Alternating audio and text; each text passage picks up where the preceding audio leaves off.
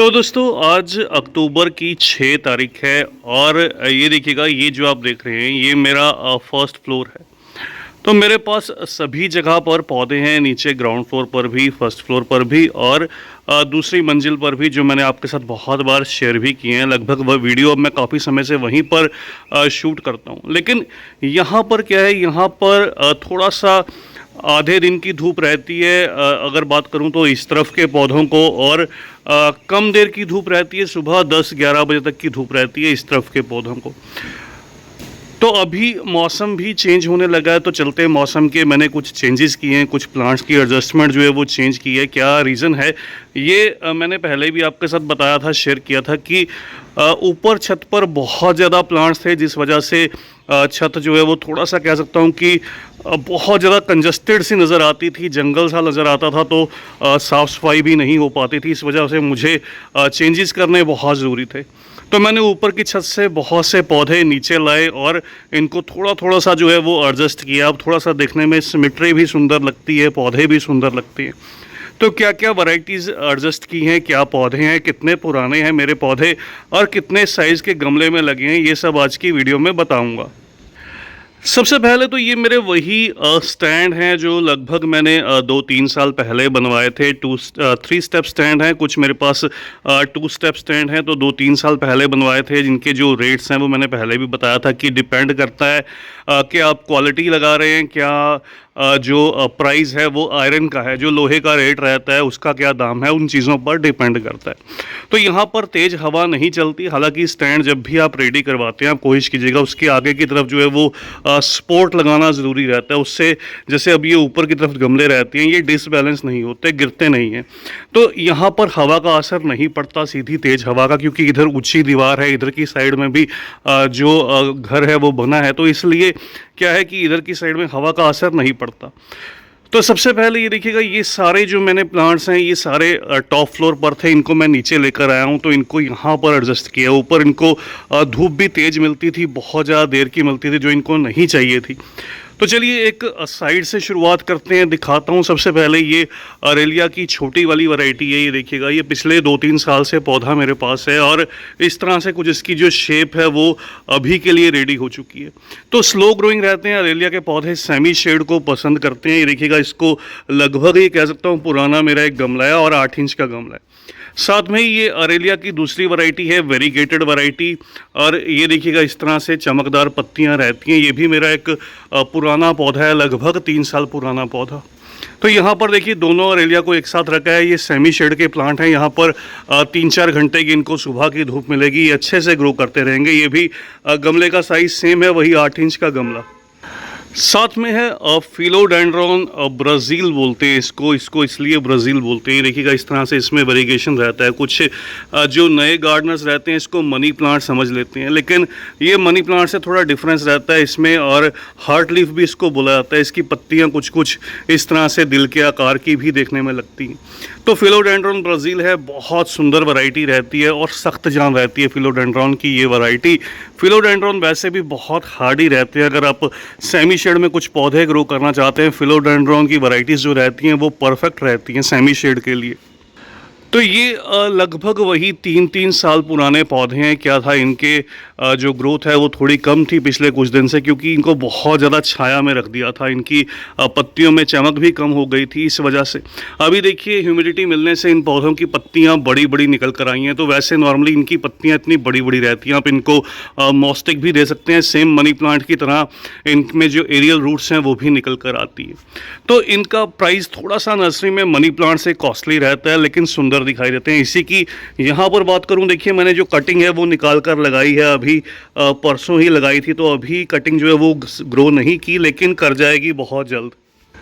इसी के साथ में ये एक और फिलोडेंड्रॉन की वैरायटी है। इसका एक्चुअल में नेम मुझे अभी के लिए याद नहीं है, आपको पता हो कमेंट सेक्शन में कमेंट करके ज़रूर बताइएगा। तो ये इसमें भी सभी वैरायटीज़ में इनमें क्या रहता है कि ये मोस्टली वैरायटीज़ ये एरियल रूट्स प्रोड्यूस करती हैं, तो इस वजह से इनको जो है वो मल्टीप्लाई करना बहुत आसान रहता है। इसको भी मैंने एक मोस्टिक का सपोर्ट दिया है इस पौधे को भी।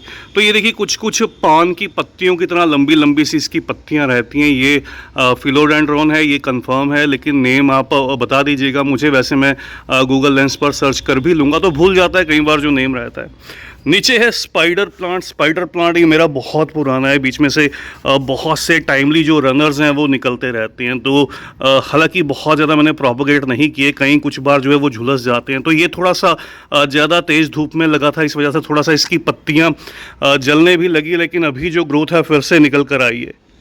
साथ में ही ये रोयो की वैरायटी है, ये भी पुराना पौधा है, इसमें बहुत सारे पौधे हो चुके थे, तो मैंने कुछ प्लांट्स जो है वो निकाल कर थोड़े दे दिए आस पड़ोस में, कह सकता हूँ।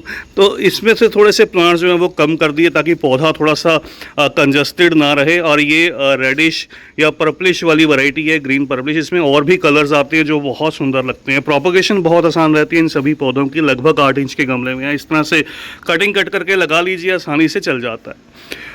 फिर ये साथ में है, ये देखिएगा, ये टाइगर टूथ एलो बोलते हैं इसको, एलोवेरा की वैरायटी रहती है, बहुत लंबे समय से एक प्लास्टिक के गमले में था, तो मैंने इसको रिपोर्ट किया। ये सकुलेंट वैरायटी है।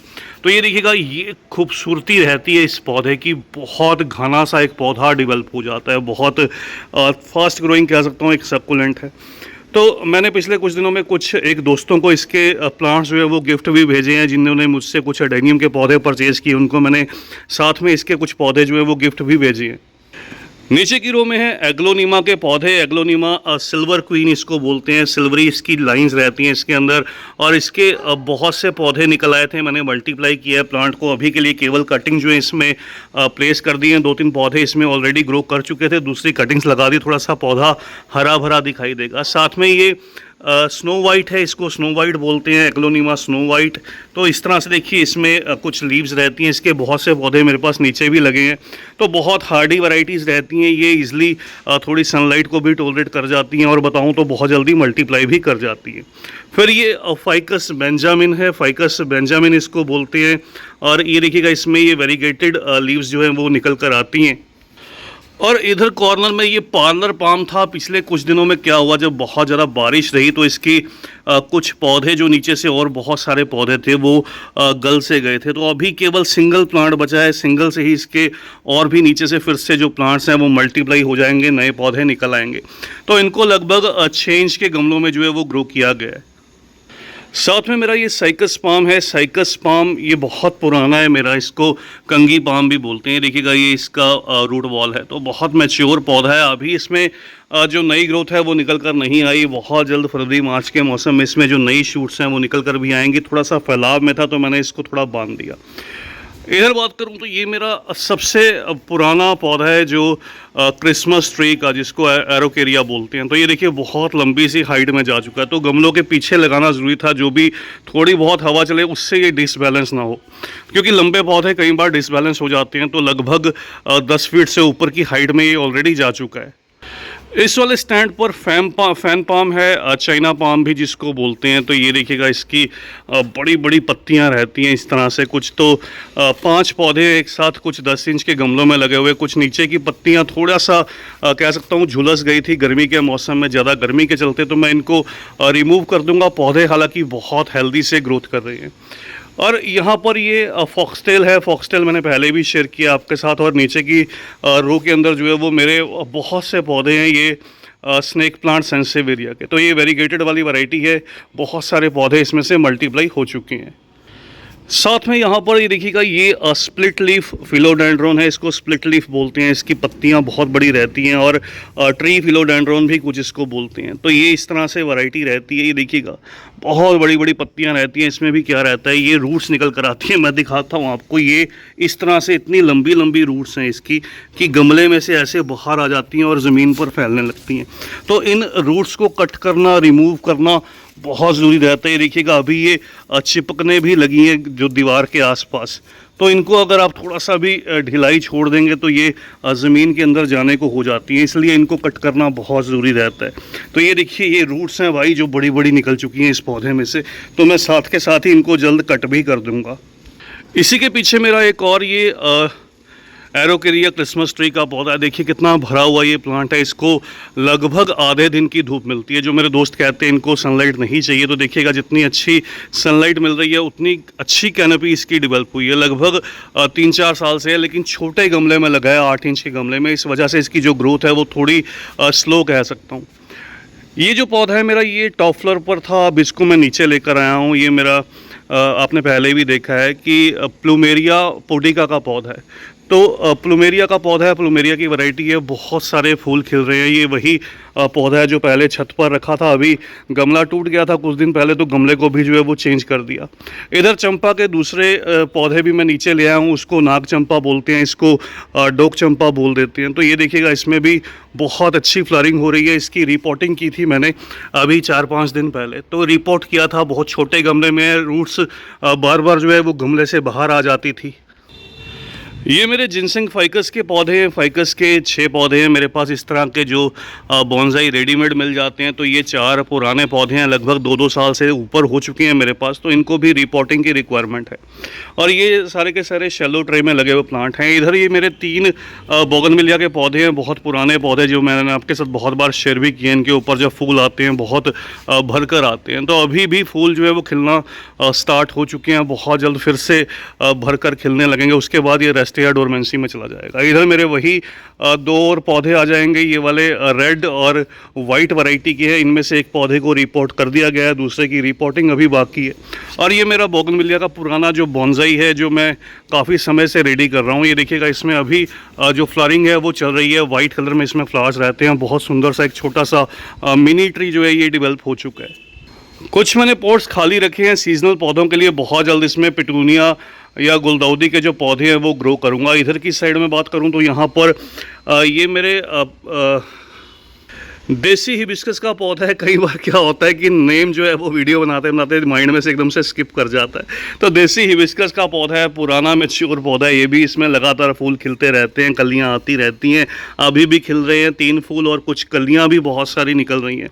तो गमले इनके लिए एक्चुअल में छोटे रह चुके हैं। इधर के लिए ये विद्या पढ़ाई थूजा या मोरपंखी का पौधा है, तो बहुत सही ग्रोथ है इस पौधे की भी। ये देखिएगा, छोटा सा कभी मैं लेकर आया था, अभी मैच्योर प्लांट में डेवलप हो चुका है, हरा भरा बिल्कुल पौधा है, और 10 इंच के गमले में लगे हुए।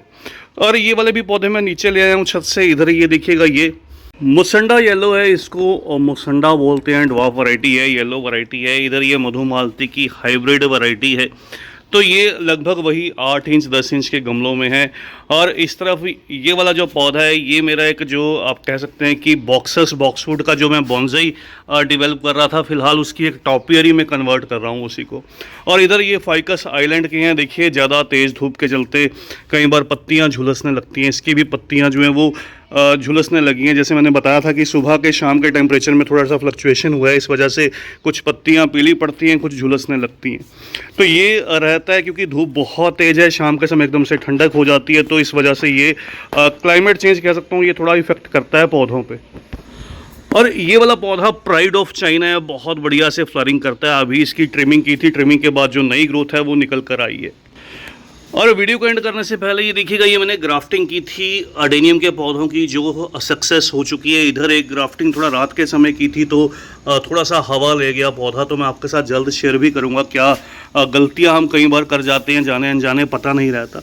ये अजवाइन का पौधा, जो नॉर्मली अजवाइन के नाम से जाना जाता है, तो ये अजवाइन का पौधा रहता है। और साथ में ये बड़े वाली वैरायटी मेरी हमेलिया की ये बड़े वाली वैरायटी है। ऊपर एक छत पर लगा हुआ हाइब्रिड वैरायटी है। इधर लंटाना के फूल हैं। और ये मेरे बड़े वाला पौधा जिनसिंग फाइकस का, ये मैच्योर प्लांट है, बहुत बड़ा प्लांट है, और इस तरह से इसकी जो नई ग्रोथ है वो निकल कर भी आ रही है। तो बस दोस्तों, आज की इस छोटी सी वीडियो में इतना ही। जल्द ही मिलते हैं किसी और नए टॉपिक के साथ, किसी और नई वीडियो के साथ। और कैसा लगा आपको ज़रूर से बताइएगा कमेंट करके। तब तक के लिए bye, happy gardening, take care.